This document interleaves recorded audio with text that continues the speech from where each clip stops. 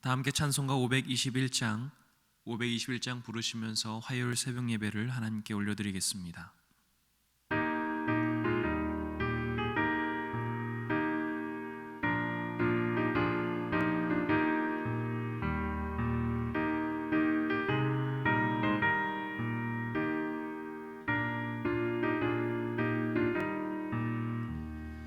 구원으로 인도하는 그 문은 참 좁으며 생명으로 인도하는 그 길은 참 험하니 우리 몸에 채워 있는 그 더러운 죄짐을 하나 없이 벗어놓고 힘써서 들어갑시다. 구원으로 인도하는 그 좁은 문 들어가 영생으로 인도하는 그 생명길 갑시다. 이 세상에 많은 사람 큰 문으로 들어가 넓은 길로 갈지라도 멸망으로 끝나니 세상 헛된 부귀영화 모두 내어버리고 주의 말씀 순종하여 그 생명길로 갑시다. 구원으로 인도하는 그 좁은 문 들어가 영생으로 인도하는 그 생명길 갑시다. 구원의 문 열렸으니 주의 공로 힘입어 주저 말고 들어가서 생명길로 갑시다. 구원의 문 닫힌 후엔 들어가고 싶으나 한 번 닫힌 구원의 문 또 열려지지 않으리. 구원으로 인도하는 그 좁은 문 들어가 영생으로 인도하는 그 생명길 갑시다. 오늘도 살아계셔서 역사하시는 하나님, 오늘 하루의 첫 시간을 하나님의 말씀 가운데 불러주셔서 듣게 하시고 기도하게 하신 은혜에 감사드립니다. 성전에서 그리고 온라인으로 이 시간을 주님께 구별하여 드리는 우리의 예배를 받아 주시옵소서. 역사를 주관하시는 하나님, 이 나라와 민족을 위해 간절히 기도합니다. 점점 더 짙어지는 흑백 논리와 진영의 양극화가 이 나라를 위태롭게 만들고 있음을 우리의 눈으로 보고 있습니다. 이 나라가 하나님의 뜻 위에 기도로 세워졌음을 기억하게 하시고 우리 모두가 이 땅의 회복을 위하여 간절히 기도할 수 있는 믿음을 소유하게 하여 주시옵소서. 하나님의 창조적 질서를 어지럽히는 악법이 통과되는 것에 안일하지 않게 하시고 때로는 싸워서라도 지켜내야 할 것들을 위해 싸워낼 힘과 용기를 허락하여 주시옵소서. 이런 일들을 위하여 세우신 대통령과 위정자들이 하나님을 두려워하게 하시며 이 땅의 미래와 안위를 위해 올바른 소리를 낼 수 있는 위정자들이 늘어나게 하여 주시옵소서. 영적인 문제 앞에서 옳고 그름을 판단할 수 있게 하시고 사단의 순리를 따르지 않도록 그들을 지혜롭게 하시며 영적인 눈을 뜨게 하여 주시옵소서. 뿐만 아니라 오늘도 여전히 고통스러운 시간을 견디며 숨죽여 예배드리는 북한의 성도들과 굶주려 죽어가는 국민들을 불쌍히 여겨 주시옵소서. 아직도 종전되지 않은 이 한반도에 위협이 존재함에도 또 다른 전쟁터로 끌려가야만 하는 무고한 그들을 불쌍히 여겨주시고 하나님과 세계를 두려워하지 않는 저 독재 정권의 횡포를 하루속히 막아 주시옵소서. 복음으로 통일되게 하시고 한민족이 다시 하나 되어 같은 하나님을 찬송하고 예배케 하여 주시옵소서. 우리 교회를 기억하시고 그 땅을 차지하게 하실 하나님, 오늘도 여전히 우리의 신앙을 하나님께 고백하고 이 자리를 지키게 하신 은혜에 감사드립니다. 우리에게 새 성전을 지을 환경과 여건을 마련해 주시고 이 위대한 일을 시작하게 하신 하나님의 은혜를 기억합니다. 그러나 하나님의 그 언약을 성취하는 과정이 순탄하지 않았음도 고백합니다. 하나님, 우리를 불쌍히 여겨주시고 긍휼히 여겨주셔서 얼마 남지 않은 건축의 과정에 사단의 방해가 틈타지 못하도록 섭리하여 주시옵소서. 이 과정을 통해 우리의 믿음이 더욱 성장하게 하시고 하나님의 새로운 비전을 품게 하시며 물질의 문제도 해결되게 하셔서 빚 없이, 민원 없이, 의심 없이 완공될 성전에서 기뻐 춤추며 하나님을 찬송하고 예배케 하여 주시옵소서. 또한 이러한 교회의 상황을 위해 많은 성도님들이 자신의 전부를 드리고자 옥합을 깨트리는 마음으로 힘쓰고 있사오니 그 또한 긍휼히 여겨주시고 혹여나 이 일에 동참하고 싶어도 그러지 못하는 상황으로 인해 마음 아파하는 성도들에게도 하나님의 평안과 위로를 허락하여 주시옵소서. 이를 위해 발벗고 나서서 수고하시고 고민하시고 애쓰시는 담임 목사님과 장로님들, 날마다 성전을 찾고 각자의 삶의 자리에서 기도하시는 성도님들을 성령으로 무장시켜 주셔서 지치지 않게 하시고 실망하지 않게 하시고 끝까지 견디어 이겨낼 수 있도록 인도하여 주시옵소서. 교회에 속한 모든 공동체를 위해 기도합니다. 유아에서 노년에 이르는 모든 성도와 그리고 담임 목사님과 모든 교육자들과 직원들, 그리고 그 가정들마다 한 곳을 바라보며 같은 표대를 향해 나아가게 하시고 이를 위해 선한 싸움을 감당해낼 수 있는 담력을 허락하여 주시옵소서. 주님 안에서 한 가족으로 불러주셨사오니 새롭게 모든 성도들이 한 몸이 되게 하시고 주님의 몸된 교회를 위해 살아갈 수 있는 힘을 허락하여 주시옵소서.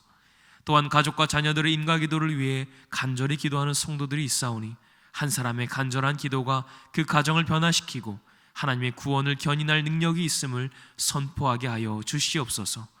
특별히 자라나는 교회 학교와 청년부에도 믿음의 분별력을 허락하시고 자라나는 그 과정 가운데에 늘 하나님의 말씀이 새겨지게 하시며 그 인생이 하나님의 일하심을 날마다 경험하며 하나님을 떠나지 않는 삶이 되게 하여 주시옵소서.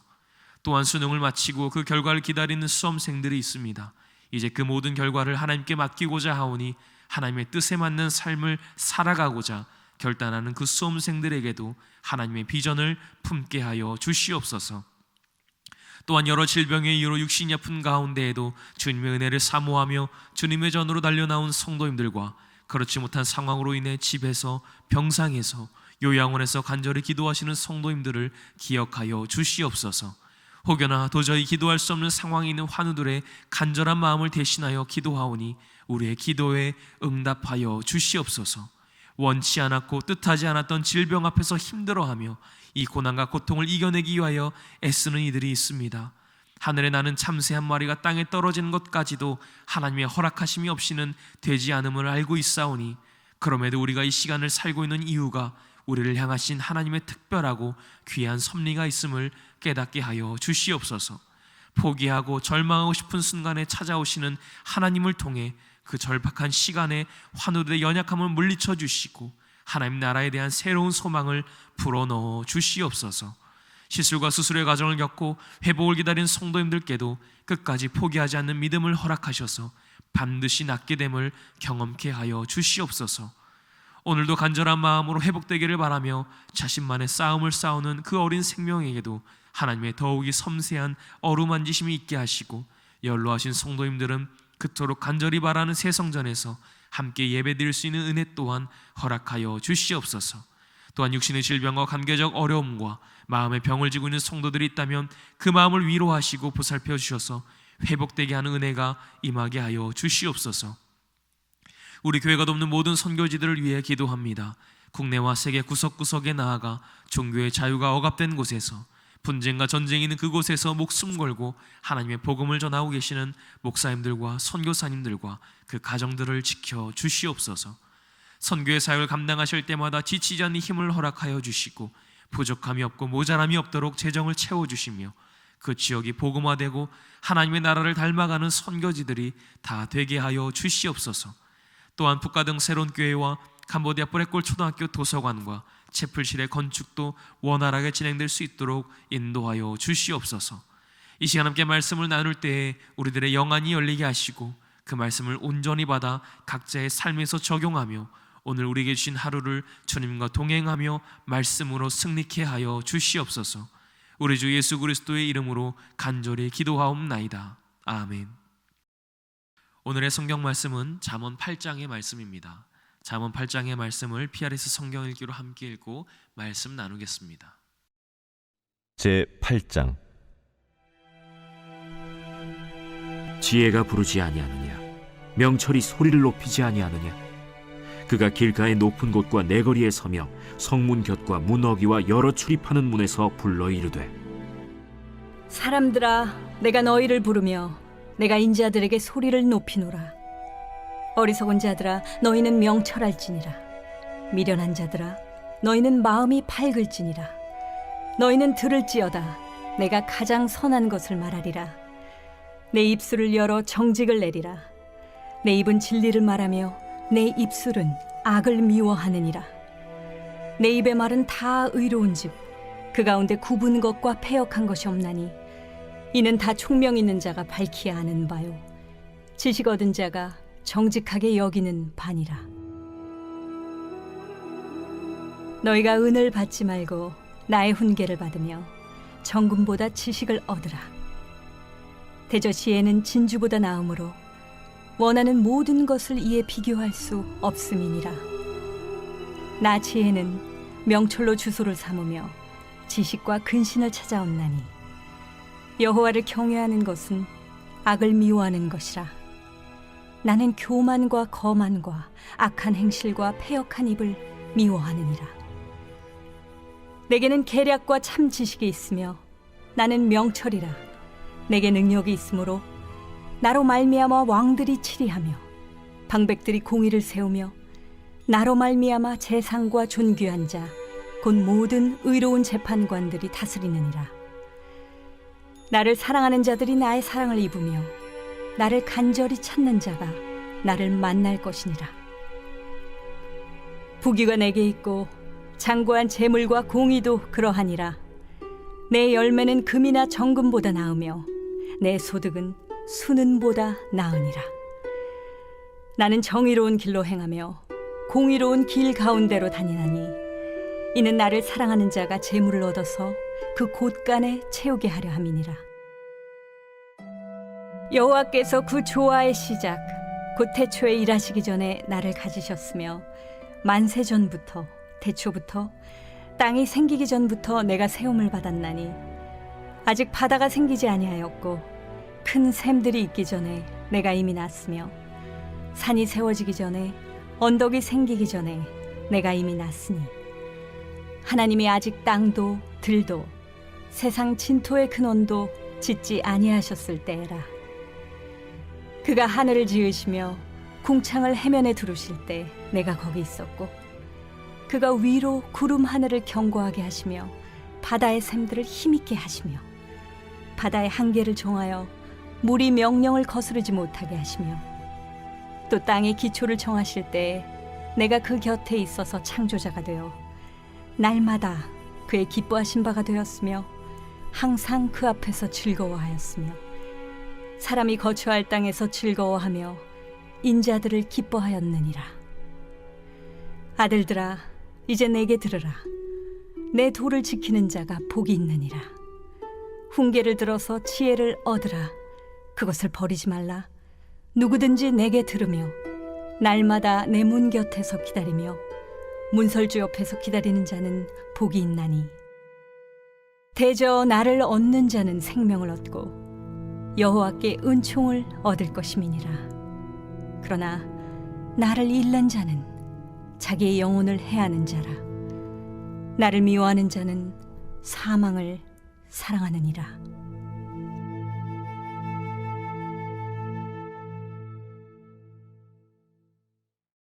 잠언의 1장부터 9장까지는 아버지가 아들에게 주는 10가지의 가르침을 말하고 있습니다.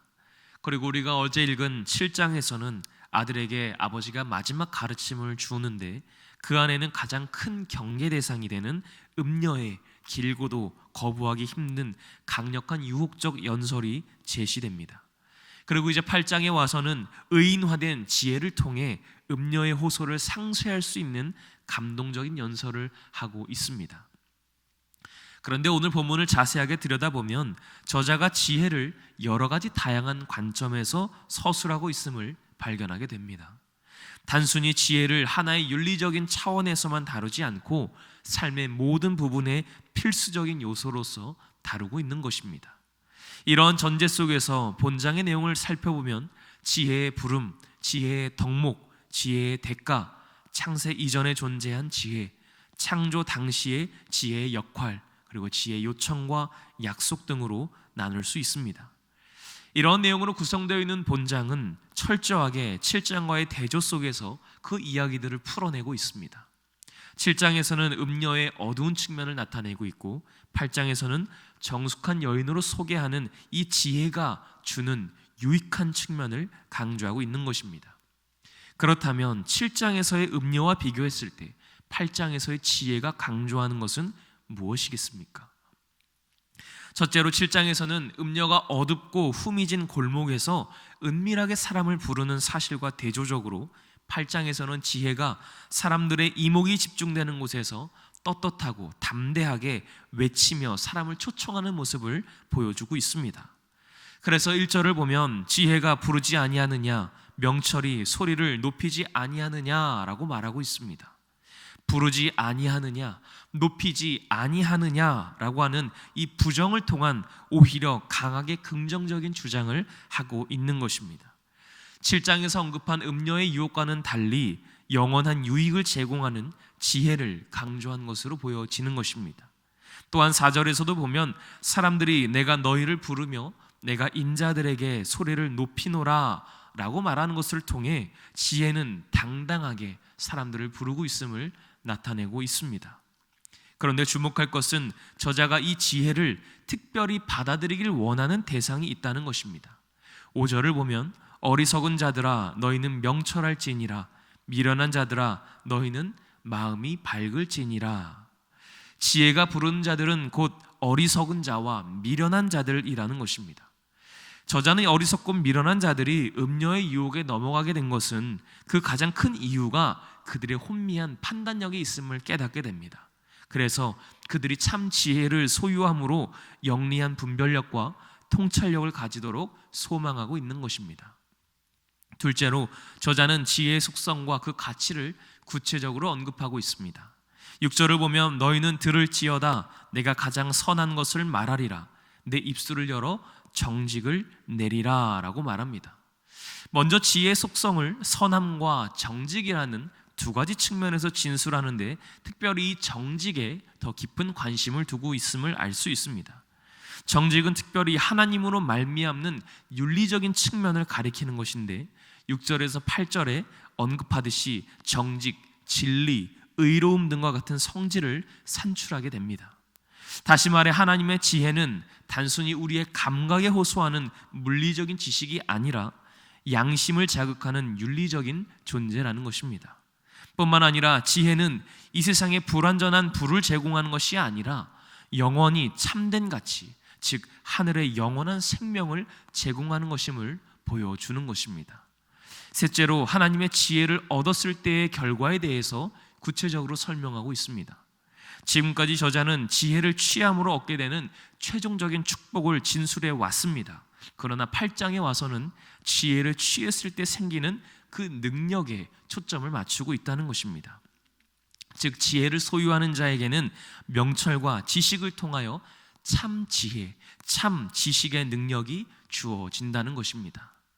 이렇듯 저자는 음녀와 확인하게 비교되는 지혜를 의인화하면서 동시에 그 지혜의 사랑을 받을 만한 자의 자격에 대해서 지적하고 있습니다. 17절을 보면 나를 사랑하는 자들이 나의 사랑을 입으며 나를 간절히 찾는 자가 나를 만날 것이니라 라고 고백합니다. 하나님의 지혜는 하나님을 사랑하고 하나님을 간절히 찾는 자에게 주어진다라는 것입니다. 성경을 자세히 들여다보면 하나님께서는 수많은 사람들에게 당신을 사랑하고 당신을 찾을 것을 계속적으로 요구하고 있습니다. 그 이유는 우리가 하나님 안에 있을 때 비로소 가장 안전하고 우리의 영혼을 구원하실 수 있는 유일하신 분이 하나님이시기 때문입니다. 세상에서는 다른 우상에게서는 일시적인 만족감과 기쁨을 얻을 수는 있겠지만 근본적으로 인간의 영혼을 구원할 수 있는 힘은 전혀 없기 때문입니다. 이런 사실로 미뤄보아 하나님을 사랑하고 하나님을 간절히 찾는 것이 인간의 구원과 깊은 관련이 있음을 우리는 알게 되는 것입니다. 즉 하나님을 사랑하고 간절히 찾는 자에게 주어지는 그 지혜가 곧 인간의 근본적인 생명과 밀접한 관계가 있음을 보여주기 위함이라는 것입니다.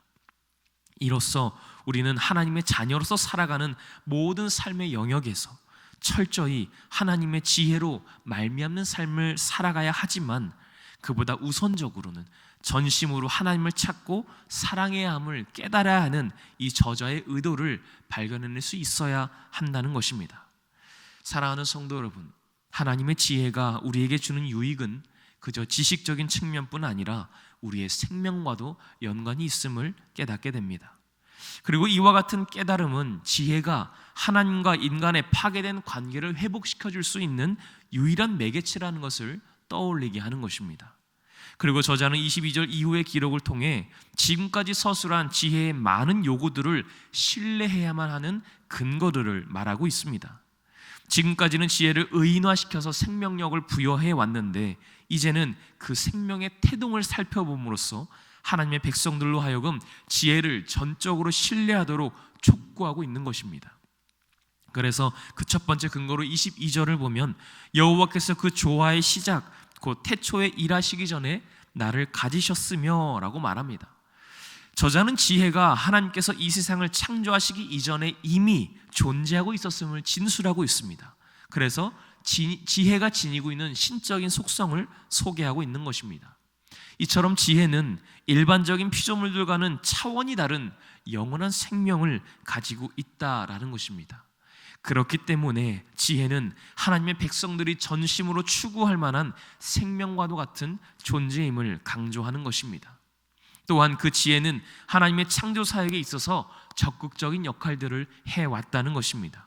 그래서 27절에서 31절을 보면 창조 당시의 구체적인 상황들을 서술함으로써 하나님의 창조 사역에 있어서 지혜가 개입되었다라는 것을 명시하고 있는 것입니다. 즉 우리가 추구해야 할 지혜가 얼마나 능력이 있는지를 설명해 줌으로써 우리가 지혜를 사모해야 하는 그 이유를 뒷받침해 주고 있는 것입니다. 그리고 저자는 결론을 맺으며 그 지혜를 얻는 자는 생명을 얻고 하나님께 은총을 받겠지만 지혜를 잃어버리는 자는 자기의 영혼을 해하는 것이며 지혜를 미워하는 자는 사망을 살아가는 것이라고 말합니다. 그렇게 될 때 우리는 이 지혜가 상징하는 바를 깨닫게 되는 것입니다. 하나님의 지혜는 곧 예수 그리스도라고 할 수 있습니다. 말씀이신 예수님은 태초부터 하나님과 함께 계셨고 세상을 지으실 때 말씀으로 함께 계셨던 분이십니다. 그런데 오늘 저자의 기록에서도 이와 유사한 고백을 하고 있음을 우리는 보게 됩니다. 태초부터 하나님으로 인해 세움을 받았고 하나님의 창조 사역에 깊이 관여한 이 지혜가 곧 말씀이신 예수 그리스도를 예표하는 것이 된다라는 것입니다. 그렇기 때문에 하나님의 지혜를 사모한다는 것은 곧 하나님을 찾는다는 것이고 예수 그리스도의 흔적을 쫓아 살아가는 삶이 된다라는 것입니다. 우리의 삶 가운데 구해야 할 것은 다른 것이 아니라 하나님의 지혜입니다. 그 지혜가 있다면 우리의 삶에서 영원히 해결되지 못하던 문제들이 해결될 것입니다. 그 지혜가 있다면 영원한 생명을 얻게 될 수 있다라는 것입니다. 그래서 그 지혜를 얻기 위해 늘 하나님을 간절히 찾고 또 하나님을 사랑하는 그 믿음의 태도를 가지는 저와 여러분들의 삶이 되시기를 주님의 이름으로 간절히 축원합니다. 함께 기도하겠습니다. 당신의 지혜를 찾고자 하는 자들을 돌보시는 하나님, 우리의 살아가는 삶 가운데 때로는 세상의 것을 추구하며 세상의 것으로 만족함을 얻으려 했던 지난 날을 고백하오니 우리의 연약함을 헤아려 주시옵소서. 하나님을 경외하는 것이 지혜의 근본이라 하셨으니 하나님을 따라 살아가는 삶을 통해 당신이 주시는 지혜를 품게 하여 주시옵소서. 그 지혜가 곧 예수 그리스도이심을 깨달으오니 무지한 우리의 삶 가운데 찾아오셔서 우리의 연약함을 위로하여 주시옵소서. 또한 우리 교회 7가지 기도 제목을 가지고 함께 기도하시고 특별히 교회의 건축과 환우들의 치유와 우리가 가져온 모든 기도의 제목들을 간절히 기도하신 후에 삶의 자리로 돌아가겠습니다.